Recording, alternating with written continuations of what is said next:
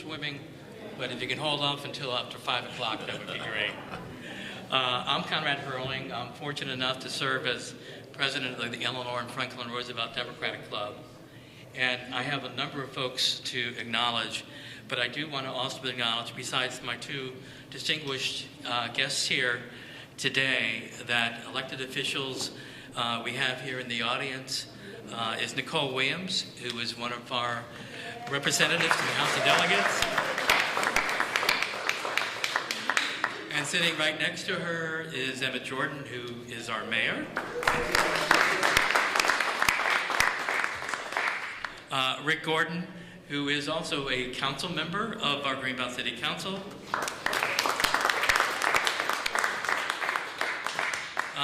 Delegate Julian Ivey from District 47. And then, can you believe it, another Ivey, Jolene Ivey, who is a wonderful county council member from District 5. And then perhaps the longest serving member of our Greenbelt City Council, formerly a mayor, mayor pro tem, and council member now, and that would be Jay Davis.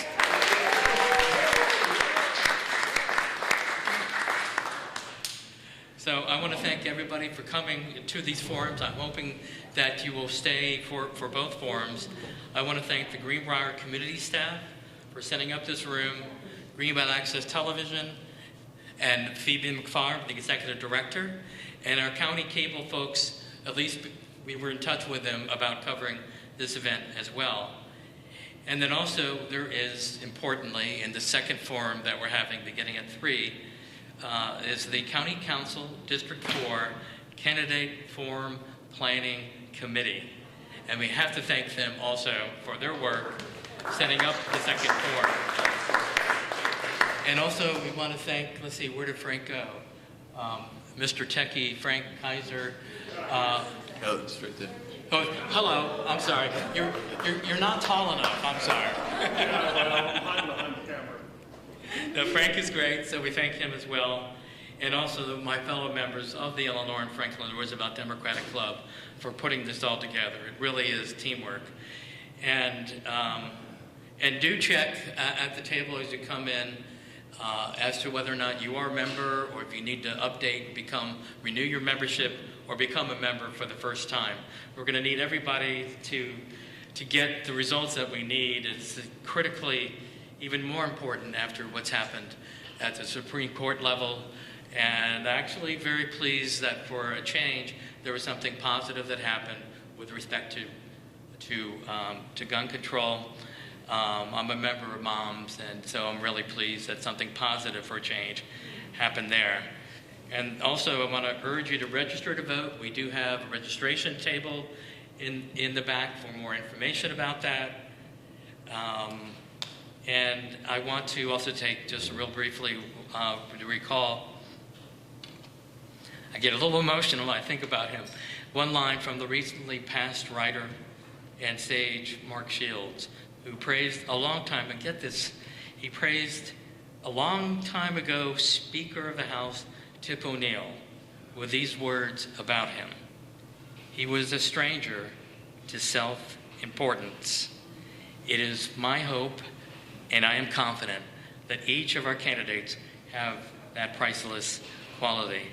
And now we're going to go alphabetically initially with her opening comments, sense of things that she's been able to do, her goals for the future, and they will apply obviously to Mr. Ivey as well. So if former Congresswoman Edwards could begin, it would be great.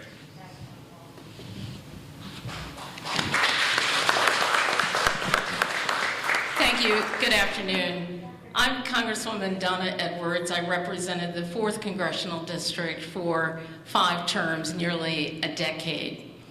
I am so delighted to be here at the Roosevelt Club and to be with all of you and all of Greenbelt in talking about the issues that concern you. Because after all, this campaign is not about me, it's not about Mr. Ivey, it's about you.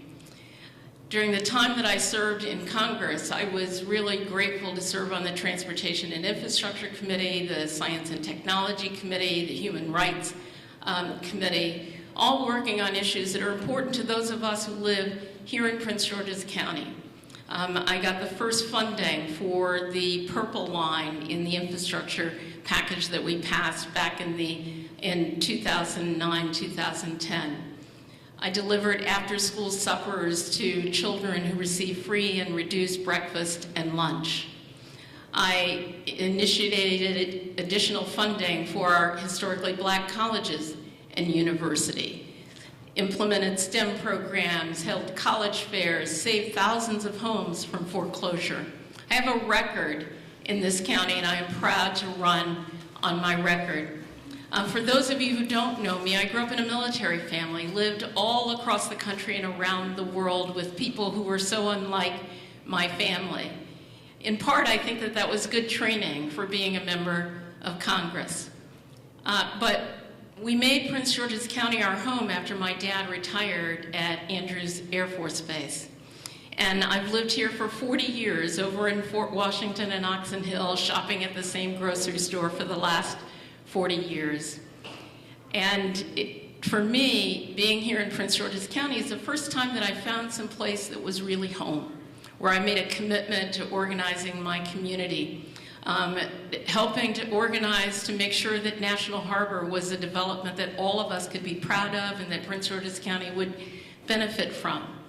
I worked to make sure that workers who were at National Harbor were able to organize into unions, and as a result, today, most of the hotel workers and restaurant workers over at National Harbor are under union contracts that pay them a living wage and give them benefits and quality of life.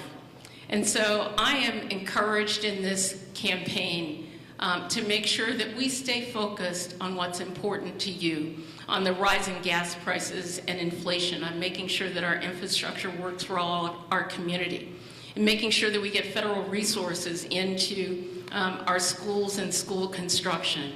And I know that there's an issue around the clock, so I'm going to close there and just leave this with you, that in this election, it's important for you to think about the candidates, to look at their background, to look at who's supporting them, and then to make a really studied and astute decision about who you want to represent you for the next 2 years. Thank you very much.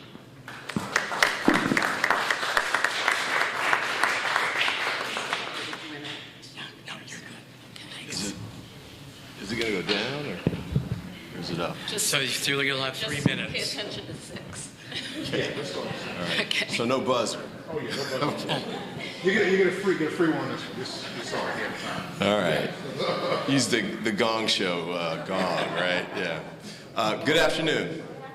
My name is Glenn Ivey. I'm the former state's attorney here in Prince George's County, running for Congress. It's great to be back here in Greenbelt. I remember, 20 years ago plus, when I first started running for office, being here. I think there was an upstairs part to this that we were meeting in, and so many familiar faces. The great job that you all continue to do here in Greenbelt, and it's impressive. It sets a great example for the rest of the county and the region. When I was state's attorney, I came into office in 2002. That was a race about excessive force, police misconduct. That was the top item in the race that year. And we won based on the fact that the people were concerned about the fact that there had been prosecutions of cops, but they've been 0 for 8 in convictions. And so we talked about that in the campaign. There was also public concern about the number of, the violent crime in the county. When I first got into office, we had 172 roughly homicides in that year. It's not running at all? I'm good? No. All right. I don't get in trouble for using too much time, so I know they don't want me to use too much time either. But okay, all right. Just signal when I should stop. All right. Okay, but we had serious violent crime problems in 2002 that still carry over from the crack war era, the Dodge City era. DC was having 450 to 500 homicides a year. Unfortunately, we were having our share of the same stuff. And so we did a couple of things, though. There was tension between the prosecutors and the police department, and we needed to make sure we diffused that and worked with the police, because of course you can't bring convictions for homicide cases, sex assault cases, all of that. You need the police department to do it and work with the prosecutors to get it done. We were able to accomplish that. At the same time, we were also able to hold police accountable and prosecute those, many times successfully, who would cross the line and violated the trust that they'd been given by the public. And so we were able to do both. And in addition to that, we were able to also try other things. We knew we couldn't jail our way out of the problem at that point, right? War on drugs, we'd already seen wasn't going to work. We already had more than 2.2 million people in jail. We knew we'd passed China in the level of incarcerations. So I thought, well, let's try something a little different. It was controversial at the time. I had people advising me it was too left, too liberal, whatever. But I said, you know what? Let's try intervention and prevention programs. Let's see if we can reach these kids before they get in trouble, or even if they're in trouble already. If they're not in too deep, maybe we can pull them back out. We recognized we had a violent crime issue and we had to prosecute that tough. But we also knew that reentry was going to be necessary, because 99.99999% of the people that go to jail are coming out. And the only question that matters then is, are they going to be ready to become productive members of society, or are we just kind of casting them back out expecting a revolving door to work? So we worked with primarily the faith community. I didn't have any kind of budget for any of these efforts. We got grants, the domestic violence, anti-domestic violence effort that is now the Family Center down in Upper Marlboro. We teamed up with others and helped to get grant money to get that started. Domestic violence, just talking about domestic violence was controversial at that point. We launched a program called Project Safe Sunday, reaching out to the faith community. I only had 7 churches the first year that would participate. I actually had pastors tell me, Brother Ivey, I don't tell you how to prosecute cases. I'll tell you, I don't have a law degree. You don't have a theology degree. Don't come here telling me what to do with these churches. But we knew that the faith community had to be a key piece of it. And we also knew that the congregations in those churches were going to push more when they heard more about how it worked. And by the end of the process, those churches, many of them, had become key points for pushing back on domestic violence, for people who were in the middle of it, finding a way out, support stories that came to support them when they were in that struggle to get out. And so we worked with the faith community. We built on that. We built on that with the reentry piece. And we did it with no budget and no money for funding for any of it. We also worked with at-risk kids in an effort to try and keep them from getting in trouble. We started a second grader reading program that was funded by private sector interests. They helped us get these kids additional reading skills and teaching from current public school teachers. We helped them get funding for it, and that worked as well. So by the end of my 8 years, and I don't want to sit here and tell you like I did this by myself, because that's clearly not the case, but violent crime had dropped across the board 30 to 40%. We had decades-long lows for the work that we'd done with respect to homicides and violent crime across the board. So what I'd like to try and do, if I get elected to Congress, and I had a chance to serve in Congress under John Conyers, who's a member of the House, Senator Paul Sarbanes, and also Senator Tom Daschle. I'd like to try and bring some of what they taught me about how to run those offices and how to make a difference. There's a couple of things I'm sure we'll get to. This was a tough week, as Conrad mentioned, from the Supreme Court. Abortion and gun control, I'm sure we'll talk about as we go. My 3 minutes must have run by now. Okay, so I'll stop. But I look forward to talking to you and accepting your questions as we go forward. Great. Thanks so very much, Mr. Ivey. All right. Let me just ask Matt, NGO, Matt, because actually Emmett did bring in some cards that we would use in a traditional sense. This timer, just in case if you could bring those up, Emmett, greatly appreciate that. Thanks so much. This timer, we're having some... Old school still works, right? So if we can't get this going the way, Matt will be able to keep track of the time and then use the cards that Emmett just brought over so that each of the candidates will know how much time that they have left. It's really a shame because there's nothing lovelier than that wonderful buzzer sound at the end. And this is a clock that is used for our kids' basketball program with the recreation department. I was going to say I'll have a flashback if I... So anyway, so watch Matt with the wonderful signs, and I'm going to go through these questions. The first one is, and you've alluded to this to some degree already, what are the top issues, and we'll start with Mr. Ivey, what are the top issues you are focusing on if elected?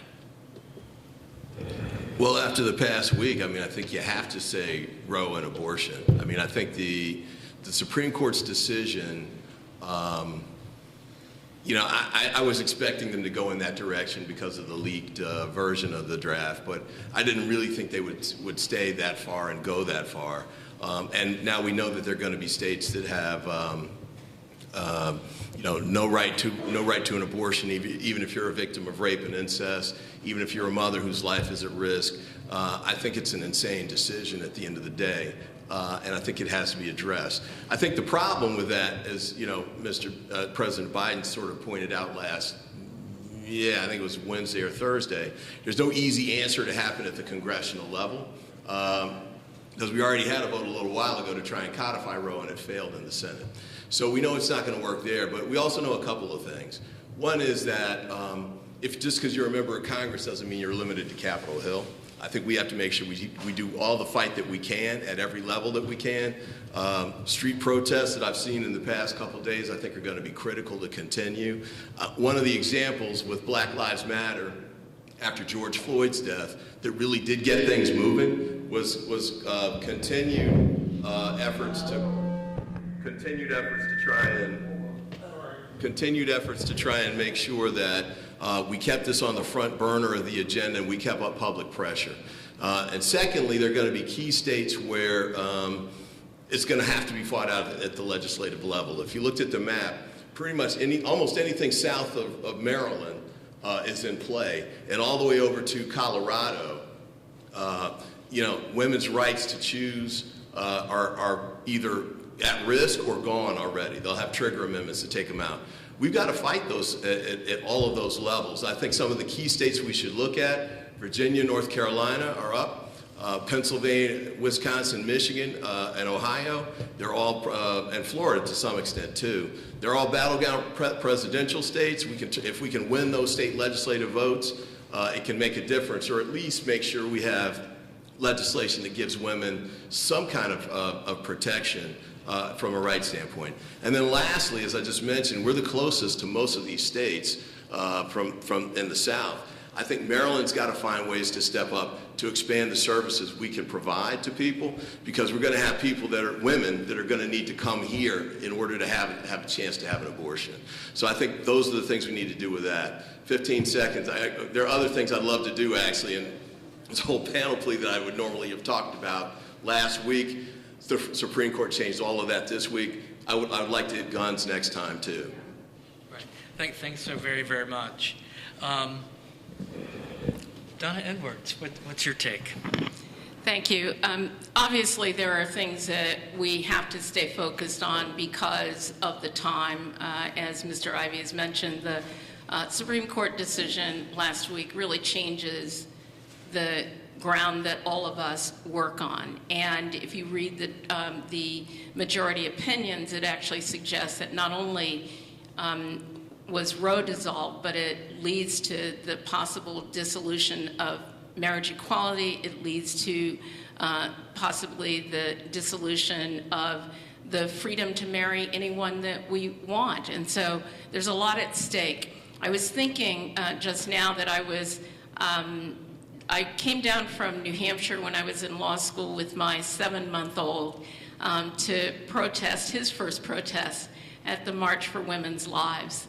And I think over the course of these last several decades, we've seen a steady erosion of Roe, and it becomes a baseline for organizing here in Maryland and around the country.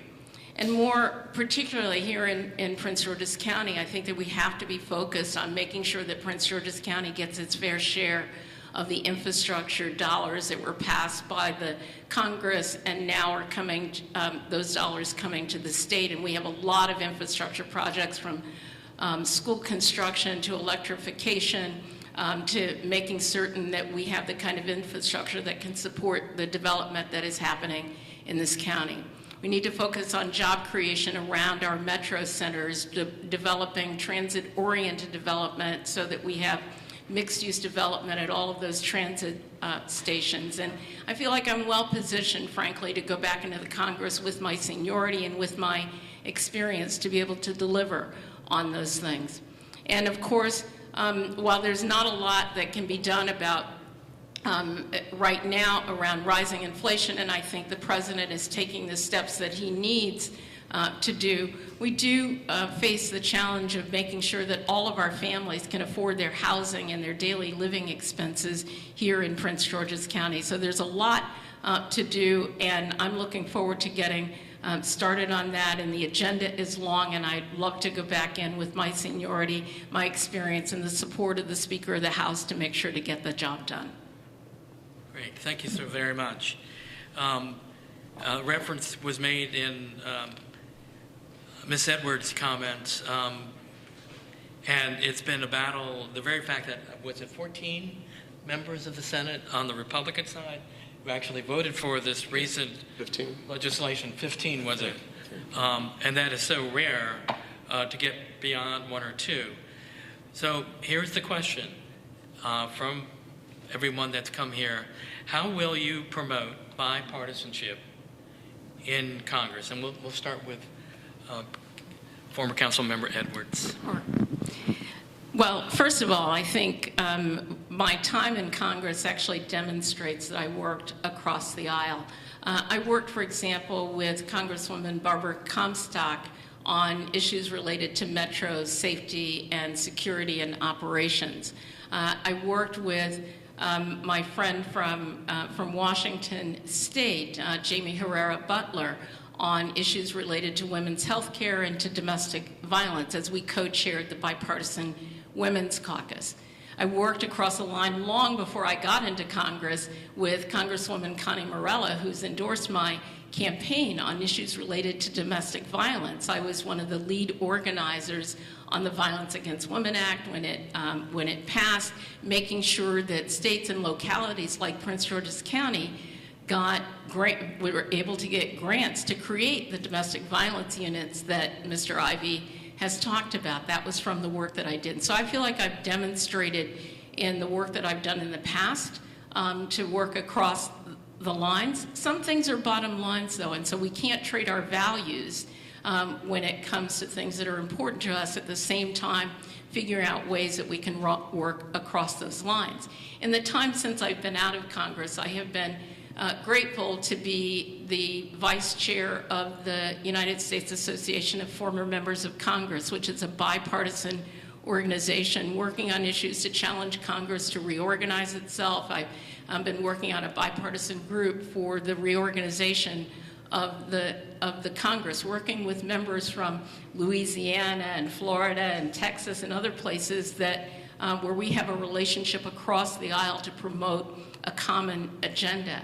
I've also worked with a group called Issue 1, where I recruited Republican members to join Democrats in calling for the elections in 2020 for every vote to be counted. And our voices that were raised together as Republicans and Democrats actually resulted in a bipartisan call for every vote to be counted. And so I think that my history demonstrates that I've worked across the aisle, and I see no reason that that will change on my return to Congress.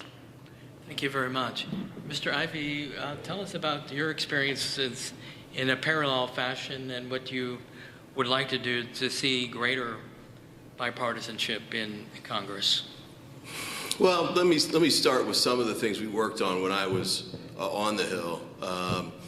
You know, one of the most interesting ones is I was working for Congressman John Conyers, who was one of the most viewed as one of the left liberal members of the House. And he did a joint piece of legislation with Strom Thurmond, who, you know, was Well, yeah, I mean, certainly when I was a kid, he was a hardcore segregationist, Dixiecrat, about as extreme as you could get with the Republican Party. They worked out a piece of legislation with respect to alcohol and, you know, warning labels and the like. And I remember working it, and after we'd gotten the legislation written up and we were trying to float the bill, you know, we went door to door calling people, and many of them were like, geez, if there's something Conyers and Strom Thurmond can agree on, I know it's okay for me to sign on to it. So the bill flew through on the House and the Senate. But, you know, that's been a few years, and a lot's changed since then. And, you know, we do have occasional changes where you do get that piece of legislation on gun control, where you get the 15 votes on the Republican side. Although I will point out that the 15 are, by and large, people who are not up for election or they're retiring. So as far as people who are members, Republican members of the Senate who are willing to stand up and take a risk, at least from their perceived view, I don't know that 15 is really the number. So, I mean, I think a couple of things. One is, I think what we're going to have to do is recognize what worked with respect to the gun piece, and that is just that it just got so bad they felt that they had to do it. And McConnell went with it in part because he knew the Supreme Court was going to overturn Roe, and he didn't want both of these on the agenda for this election cycle. So he agreed to allow them to take guns off. But let's not kid ourselves. Mitch McConnell is still Mitch McConnell. And we know what he is, who he does, and, you know, the way he handles things. So I'm under no illusion that this is going to become the path of the future. That's why I mentioned with respect to Roe, street action, we need constant protest and political pressure in order to push members of the Senate to change their views. And one of the quick pieces on that front is Collins saying, like, geez, Kavanaugh, I didn't know he was going to, now, shocked and appalled, right? But she felt pressure to come out and say, I think he lied to me, in part because, at least in Maine, that had been one of the pressures that she faced when she was up for re-election. We've got to have that kind of pressure that's brought around the country. We're fortunate to be here in Maryland. It's a deep blue state. This district is one of the bluest. I think you're in the top 5 blue. But nationwide, if we're really going to move these issues, and we're going to talk about a bunch today, we've got to make sure we pick up 2 more senators and put additional pressure on the Republicans that are there who could be swing votes so that they'll come around and support us on things like voting rights and other things. Great. Thanks very much. Great question, by the way. Here is another.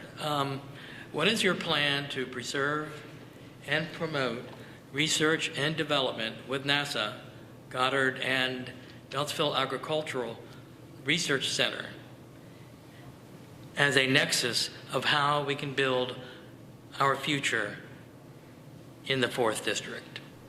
I guess I'm up first. Mr. Ivey, yes. Okay. You know, it's funny, I just got endorsed by one of the unions at NASA last week, that is the engineers and the scientists. And one of the things they were talking about was trying to build out more effort from the state, the county, and also from federal support at those kind of efforts. One of the things that I've been talking to people about, you know, North Carolina's got a research triangle, Virginia has a research triangle. Prince George's County does too. We've got NASA, we've got the University of Maryland, and we've got the Agriculture Center, really in very close proximity. Really seed beds for research and development, and also for the types of scientists, PhD types, all of the folks that we want to have move to Prince George's County, and if they're working here, to hopefully stay in Prince George's County, and to draw more businesses like that to Prince George's. A few years ago, I wasn't running for anything, but I ran into a guy who was running an A&E business near NASA, and he said he was going to move his business. And I said, why? And he said, you know, he didn't feel like he had enough interaction with the jurisdiction. He didn't feel like he had ties. There's other reasons, other places he could go. He didn't live here. And so he moved his business. And a few weeks after that, another one moved too. And so I called that guy up and asked the same question, got the same answer. So I called some of the officials at the time to reach out to him. I said, what are we doing to keep these businesses here? And a couple of things. One of them was not an elected official, but one of the business community leaders. He didn't even know about these businesses. And he hadn't thought in terms of keeping these businesses here as such a great basis for economic development for the county with the types of jobs we want. I think we got to change that. I'd just be a member of Congress. It's not something you legislate, but it's something that you can build on here. And I've heard it from other business leaders too. Bizzuto over here at one of the biggest national development companies in the world is based in Greenbelt. And he was about to move out of the county, you know, not NASA related, but a lot of great jobs. And you might not have noticed, but you look at buildings around the region, including the one my oldest son lives in. Bizzuto built that building.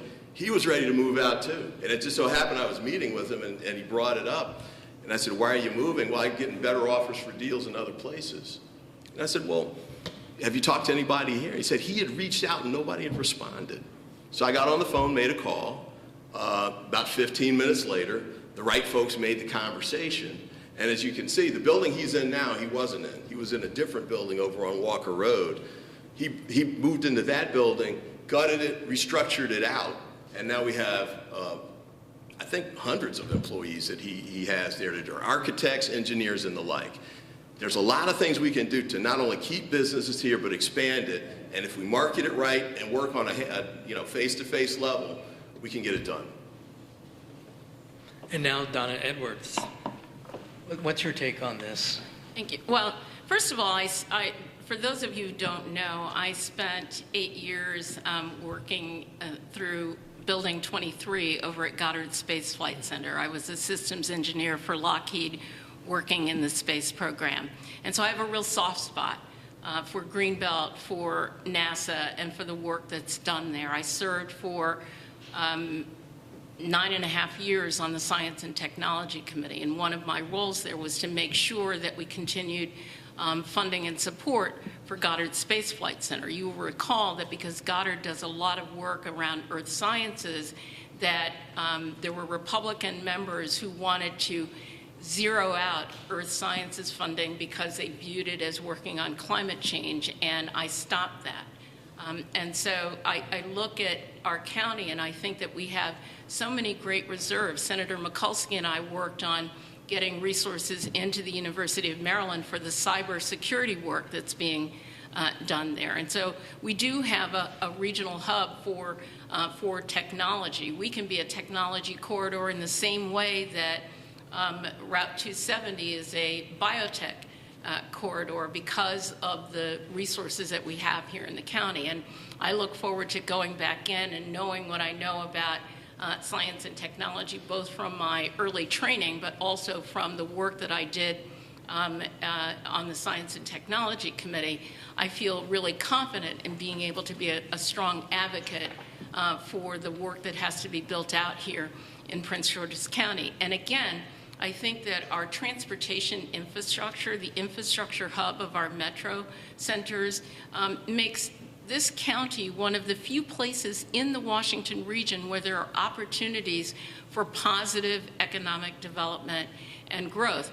And of course, the Agricultural Research Center is really an important component of that, and making sure that, you know, we look at food security around the world, the research that's being done there actually can help us figure out those things, not just for the United States, but for the rest of the world. And so that is work that I think is really important to do.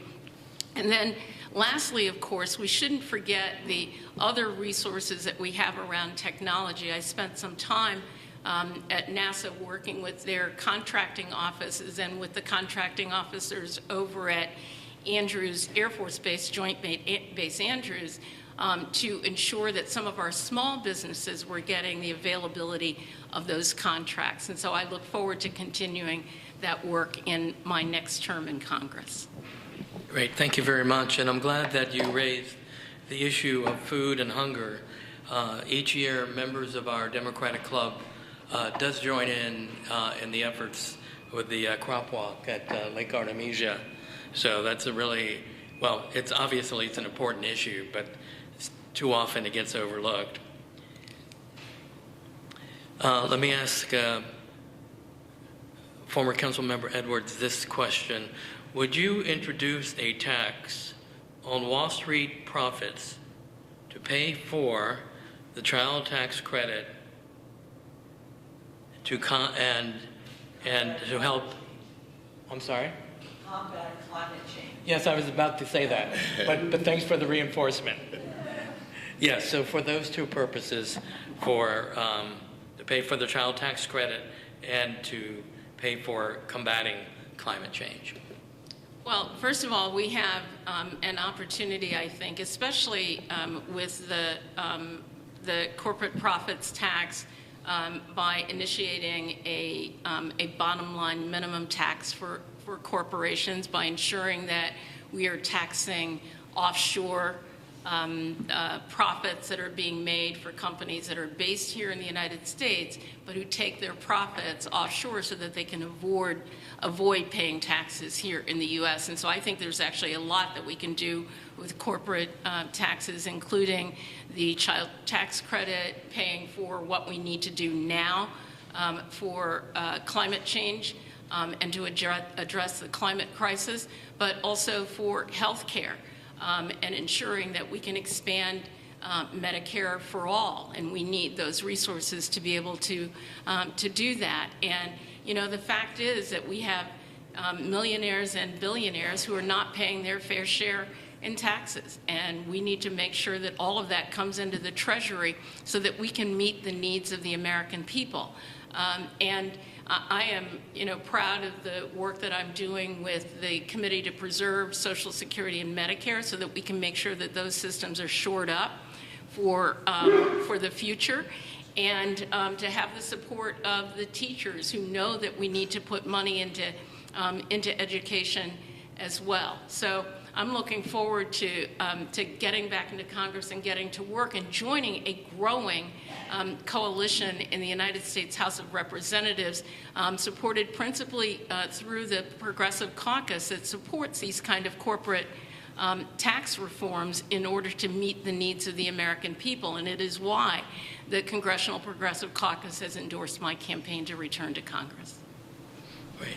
Thank you very much. Mr. Ivey? What were the two? It said tax Wall Street for what? Climate change, and what was the other It one? was child tax credit, to help pay for the child tax credit, as well as to combat climate change. Okay. I think the short answer is yes, depending on how you structured the tax. But and I don't think I think it's focused on Wall Street. Obviously, I think we can go beyond that. So President Biden, I think, is, there are variations that have been proposed, but increasing personal income tax. I think he drew the line at 400,000, but I think the point of when you go higher than that, you could go up to 29%, and I think in the Reagan era it was 30% for income tax. So I think that would be one place to go, and I think there are other options for where to try and find additional revenue to help fund a lot of these programs. The child tax credit, which I think is moving right now, and I think there's additional funding that's needed for that. They're talking about scaling it down, which I think is based in part on the revenue and pay-fors. But I think it's a critical program. It seems to be extremely effective. And I think I want to say it's like $300 a month is the idea for it. Currently, I think the records show that it's been great for families. The Republicans have raised concern about, they're going to misuse the money, you're going to use it to buy drugs and all this kind of stuff. That's not been borne out by the research. What has been borne out is that parents, usually mothers, use the funds to buy food, pay rent, and clothing for the kids. So I'm all in favor of it. It seems like a great program that we need to have in place. And it supports a lot of the low-income efforts that have been put in place over the years that have been scaled back under the Trump administration to some extent, and that needed to be expanded anyway. With respect to climate change, I think those kinds of taxes are fine. I think there are other ways to generate revenue that are related to energy. I know it's a challenge right now because gas prices are so high. In fact, they're dangerously high for President Biden. He's getting stuck with having to take responsibility for those costs, although I think we know it's Russia and Ukraine in part, it's inflation in part, it's supply chain issues in part. There's a lot of challenges going on with that. But I think we have to try and find ways to make sure that within the industry, within the fuel and the energy industry, we have the right tax incentives that encourage the appropriate uses of solar, wind, and other renewables, and also to the extent there are taxes that are being used there. He's talking about a tax holiday. I got to say, I've got concerns about that because it's only short term and it's not really going to seem to make a difference, but in the long run. But I think that we need to look at making sure that we get the energy support for positive energy programs that are funded dollars from fossil fuel and the like. Great, thank you both.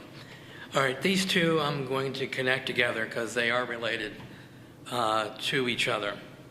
And I think you can see already the evidence of this statement that's made by the questioner. We have talented candidates in this primary, both of you, to strengthen, not divide, our Democratic Party. Will each pledge to support whomever wins our primary, and then a connected question to that. Please respond to the negative TV ads. Please give candidates, well, the urgent message from the questioner is to give both candidates a chance to respond. So, Glenn, Mr. Ivey? Okay, the first question was what? The first question is, obviously, the both of you are extremely talented. Oh, will I support the nominee? Yes. And, I ran in 2016. Anthony Brown won. I supported him. I've supported people who've run in other races. Like for Sharon Baker previously ran for governor. He lost. I supported the nominee. So that's an easy one. With respect to the negative ads, I've run ads that are, talk primarily about me and what we've done. The thing I gave you in the initial pitch, I think, is roughly what the ad is.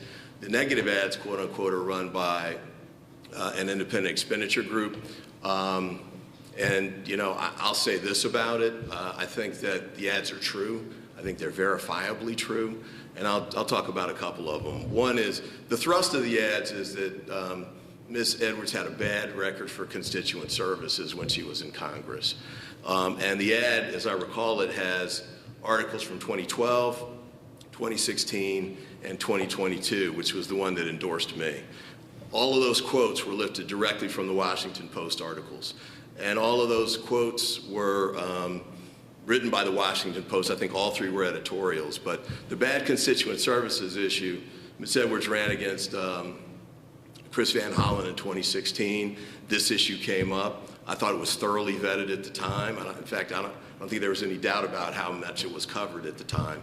And I think that's where it came out, and I think that's why the Washington Post continues to say she had a problem with constituent services. Ms. Edwards has said during this cycle, in fact, we had another one of these debates at Riderwood, where she sort of acknowledged that she'd had a problem and pledged to do better. And it looks like in the editorial that endorsed me, she said that to the Washington Post editorial board.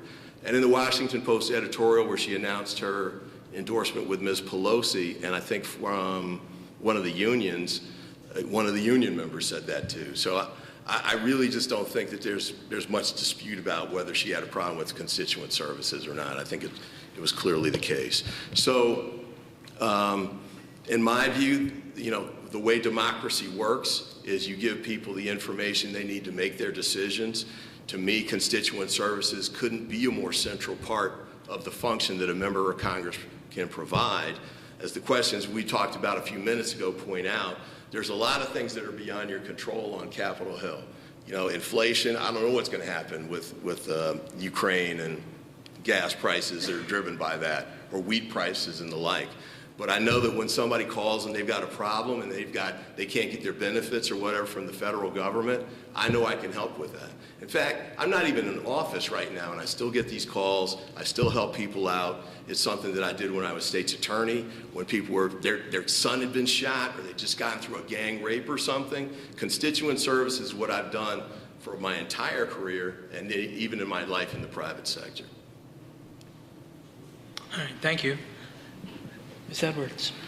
First of all, let me say that I think that the ads that are being run in the mail that's being sent from an organization that is principally funded by the American Israel Public Affairs Committee are reprehensible. And I think that any candidate who's benefiting from them should disavow those ads. I will also say that this is an organization that is spending $200,000 a day to affect the election here in Prince George's County. It is being supported by people who are from Arizona and Tennessee and New York and California and every place but here in Prince George's County or even in Maryland. The ads are false and they are misleading. Indeed, Mr. Ivey endorsed me in 2016 in the face of those same things when I ran for the United States Senate.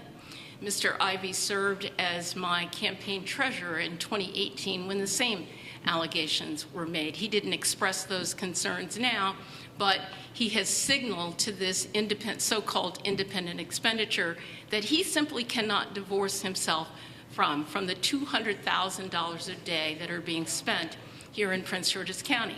The organization that's also spending that money has endorsed and supported 109 Republicans who voted not to certify the election in 2020. I think it is reprehensible that money like that, Republican money, is being spent, insurrection money is being spent here in Prince George's County to benefit Mr. Ivey. As to the assertions that were made, I think any member of Congress, and I've talked to a number of my former colleagues, can tell you that it is one of the most challenging things to do. When I first came into office, I was the first member of Congress in the country to conduct foreclosure events for people who were losing their homes. We saved thousands of homes here in Prince George's County from foreclosure. Students who hadn't had the opportunity to be exposed to college, we conducted college fairs for those students for every single year that I served. Hundreds of students offered scholarships in order to complete their education. I worked with teachers to provide meals for students in school. Now, is there work that can be improved? Absolutely, that is always true. But for this outside entity to come into Prince George's County and vow to spend $200,000 a day from now until July 19th is reprehensible, and Mr. Ivey should disavow them. And former Council Member Edwards, on the other question, do you pledge to support the candidate? Of course, I have always supported the nominee of my party. Okay, those are the questions that, and I want to thank our crew over to my left and all of you, because those questions come from you. And there's one thing that I know, I mean, I've lived in Greenbelt since I was 10 months old. I know Greenbelt. And I always love to say So you've been here 30 years, is that the? About 31. There were 31 plus. But, and I can tell you, actually, I was born in Yonkers, and speaking of the issue regarding a woman's choice, I mean, my mom, who actually did perform some of the abortions, and they talk about, should it be only doctors that do this, or people? My mom was a nursing, she was a nurse, so she was qualified to do that. But I was cesarean, and I was 10 days late.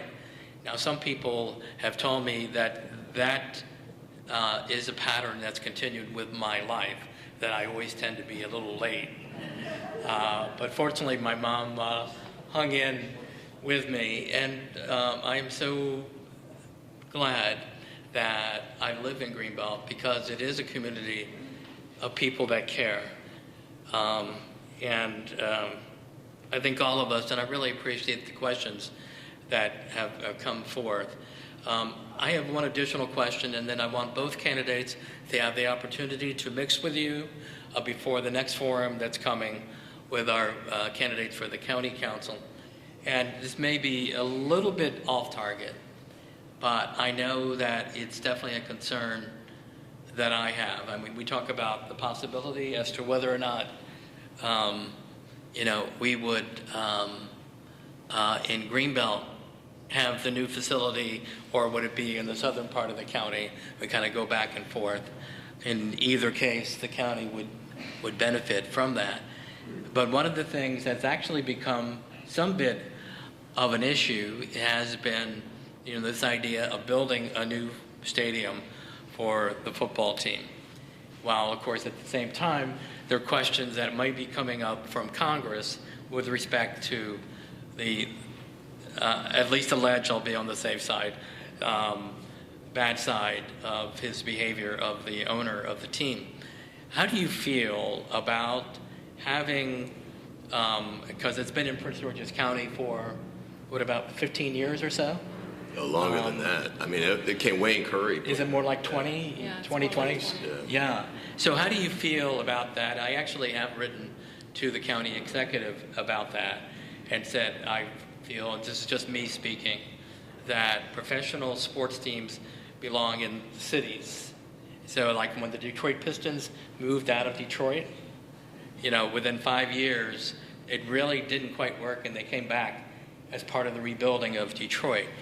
How do you feel about this issue, and what do you see possibly? What I wrote to the county executive was that wherever the stadium would be, with or without a stadium, that area can become an area for the new jobs, the new economy, and then Prince George's County can then be a leader to the country about these new jobs, and also to, as part of that, build affordable housing so people can walk to work. Prince George's County, people that live here, we spend more time driving to and from work than any of the other jurisdictions in our area. How do you feel about this idea, maybe generally, and then specifically, do you feel this, what possibilities do you see coming from this? I think Ms. Edwards is first this time. Thank you. Sure. Thank you for the thoughtfulness. As a rule, I don't believe that taxpayers should be subsidizing major sports franchises. The Washington Commanders are they're one of the most lucrative sports franchises in the country. Daniel Snyder can afford to build his own stadium wherever it is that he gets permission to build it, and taxpayers should not be subsidizing it. We could use that money to meet all of the various needs that we have around education and law enforcement and housing and other needs of this county. I also think that the area that we're talking about, where the Landover Mall site is, and here in Greenbelt, in the time that I served on the Transportation Infrastructure Committee, I was like a dog with a bone when it came to pressing the General Services Administration to make sure that Prince George's County was at the top of the list for consideration of the FBI headquarters, and whether that is going to be in Central County at the old Landover Mall site or here in Greenbelt, it needs to happen in Prince George's County. 45% of the workers of the FBI drive from Prince George's County to go to their 24 different facilities around the metropolitan region. We need those jobs and all of the attendant jobs that would happen here in the county. I also believe that people should, live and work where they play. And we have the opportunity for that because of the number of metro stations that we have in the system around which we can develop housing and commercial use and other facilities. There are about 5,000 federal leases that are going to come up over this next decade, and when those are consolidated, it will be important for Prince George's County to be first in line for those facilities. In fact, I worked on the Infrastructure Committee in getting a resolution passed that requires the General Services Administration to consider co-location with transportation infrastructure for the relocation of those facilities. That is work that I did, that is legislation that I passed, and the goal now would be to make sure that it gets enforced so that Prince George's County gets its fair share of that kind of development. And as far as I'm concerned, you can implode FedEx Field and deliver something for Prince George's County that is going to be used all the time, 24/7, to make sure that it is an amenity for this county. Great, thanks very much. Mr. Ivey. Well, I think a couple of things. One is it's instructive now that DC has basically said we're not going to buy RFK or take over RFK, so the chance to move there isn't going to be available. And the opportunity to move to Virginia, the Virginia legislature came out real strong to try and get them, but then they backed off. They got some blowback because they were offering so much money. So Snyder's kind of in a box, I think. He's got to stay where he is for at least 5 years, and he's bought a lot of land around the stadium. I think in part, it's clearly not to develop it because he's owned it long enough to start doing it, and he hasn't.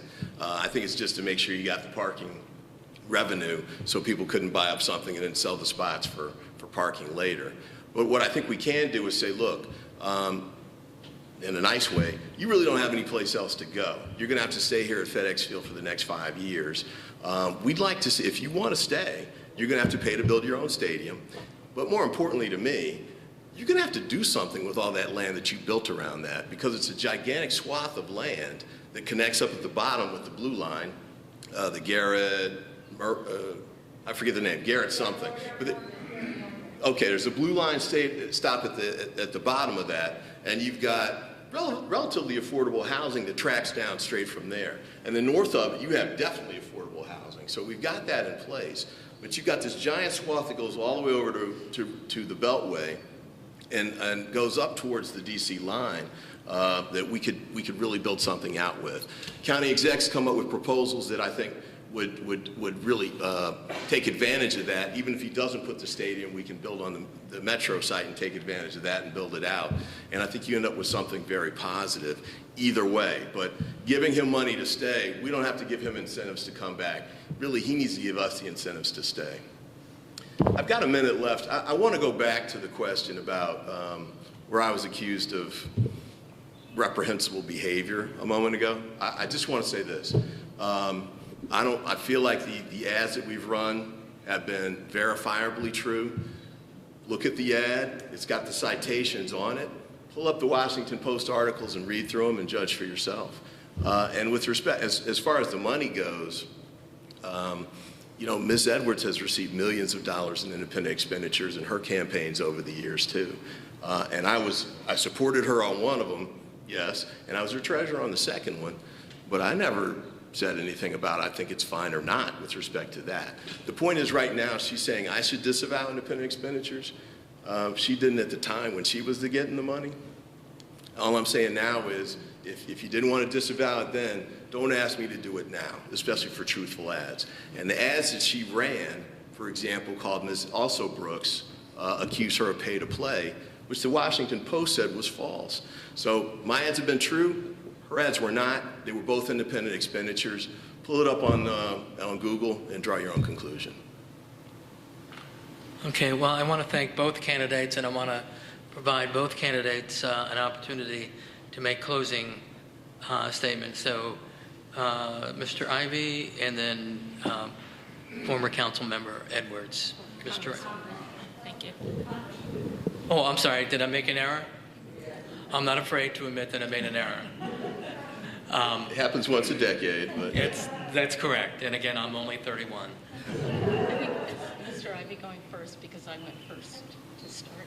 Well, I was just going by where we were in the sequence. I can go first. It's okay. Look, I think we've talked through a lot of the issues that we care about. There's not enough time to do it all in an hour. I mentioned earlier the gun decision the Supreme Court came down with. I'm very pleased about the Senate moving forward with gun restrictions, although they're very limited. And I'm worried that it's kind of a screen for the Supreme Court to do more that's negative on that front. Because basically what the Supreme Court said to Maryland and 6 other states is, you really can't limit people from carrying concealed guns. They have almost a right to get a concealed weapon and carry it whenever, if they're over 18, they can carry it. I think that's wrong. I think it's dangerous for us as a community. Gun control is one of the things we focused a lot on when I was state's attorney. I was on the Heller brief. Actually, the lead on it was an amicus brief, a friend of the court brief. The vice president was the lead at the time, and we teamed up with her and several other prosecutors. But this is exactly the kind of stuff we raised at the time. We're going to have to find ways. We can't rely on the court to play it straight anymore. It's going to have to happen in the political arenas, either in the federal piece, when we can find a few Republicans in the Senate who will come and join us, and at the state court levels. Because the state legislative levels, because that's where it needs to be fought. The big issues I've focused on in my campaign so far, really trying to find a way to deal with the crime piece. I think we did a lot of intervention and prevention efforts that were not based on my role as state's attorney or limited to that. There's a lot you can do with a platform like as a member of Congress. You're really not limited to just legislation on Capitol Hill. The things that you can do that are positive, especially helping people out when they need it. You don't need legislation every time somebody's got a challenge to help them fix it. You don't need seniority or committee assignment to help somebody out when they can't get the benefits they need. And when they're having trouble finding food or getting assistance, a lot of time all they need is somebody who understands the government and how it works, and you point them in the right direction. And even sometimes on top of that, you can say, hey, my name's Glenn Ivey, tell them I sent you. And that's enough for them to at least get their foot in the door so that they get the process started. We can do these kinds of things, and we can build out these sort of efforts as well here in the county. We're talking about the Police Reform Task Force, for example. The county executive, Angela Alsobrooks, put me on that. We didn't have any legislative specific roles for that, but we came up with proposals that made a lot of sense as far as pretextual stops and limiting that, stopping the focus on young black males just because they're driving cars, which one of my kids got stopped right here in Greenbelt under those circumstances. We can find ways to fight those things. We got to do it on Capitol Hill, but it's not just a day job. We can do that here at home and make a difference here with the authority and the power you entrust us with us. So I ask for your vote on July 19th.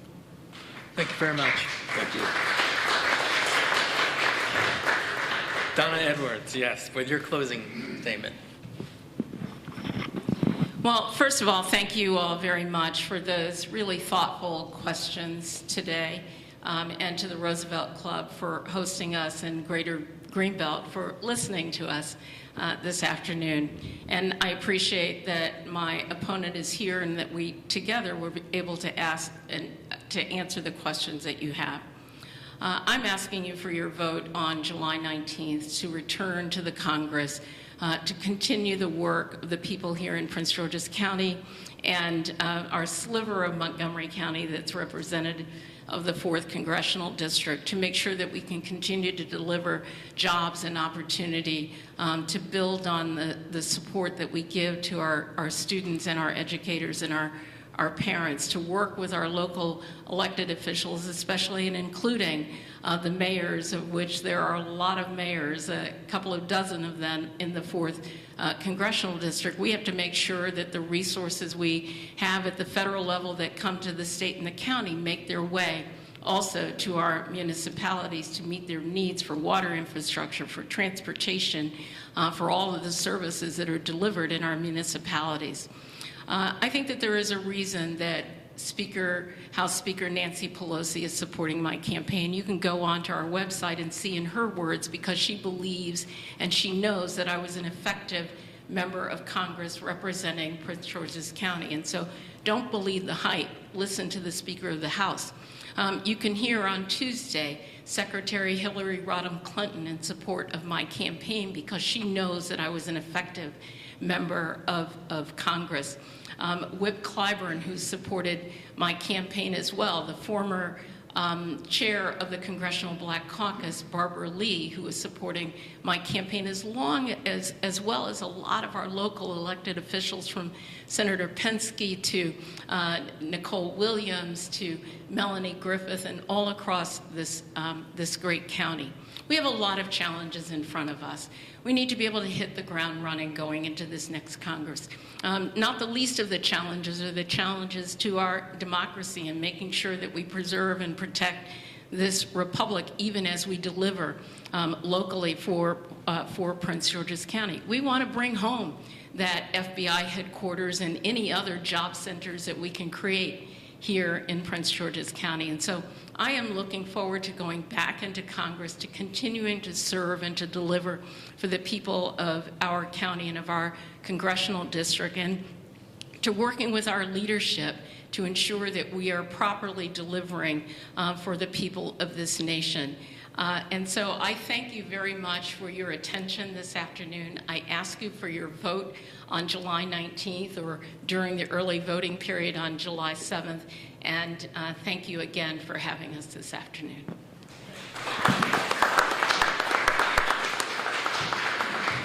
Thank you. All right, now feel free to schmooze. And then the next program won't be beginning until 3, so you've got time to interact with 2 really good candidates.